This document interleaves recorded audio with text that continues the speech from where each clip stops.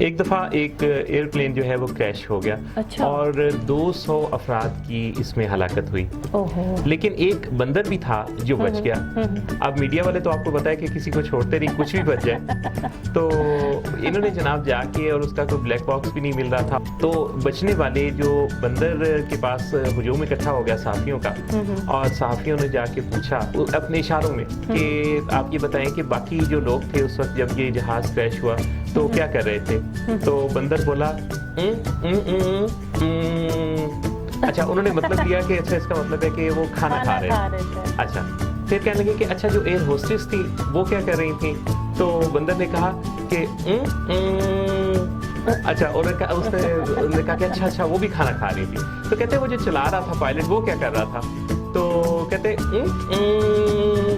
अच्छा, कहते वो भी खाना खा रहा था। तो अच्छा, साथियों में से को पूछा अच्छा उस वक्त आप क्या कर रहे थे? कहते